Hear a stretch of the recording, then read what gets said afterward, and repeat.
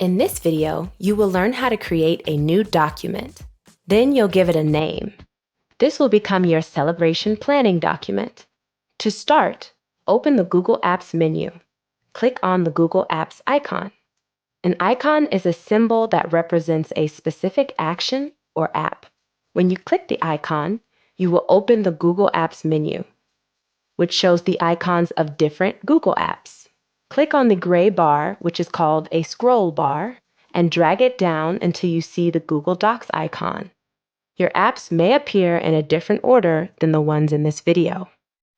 Click on the Google Docs icon to open the app.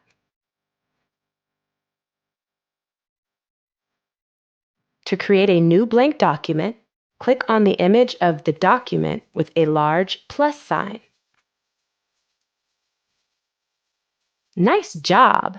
You've created your document. Now give it a name.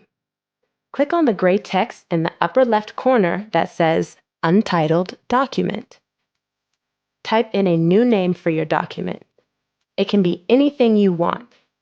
In the future, you'll use this name to find your file when you want to open it, so make sure it's something that tells you what's inside the document. If you can't think of another title for your document, name it Celebration Plan. Close the document by clicking on the X on the tab that contains the celebration plan. Don't worry, your work will be saved automatically. In the next video, you will learn how to find and reopen your document, so keep the tab with this lesson open. Now it's your turn. Create a new blank document and close your document. Then click Next to watch your next video.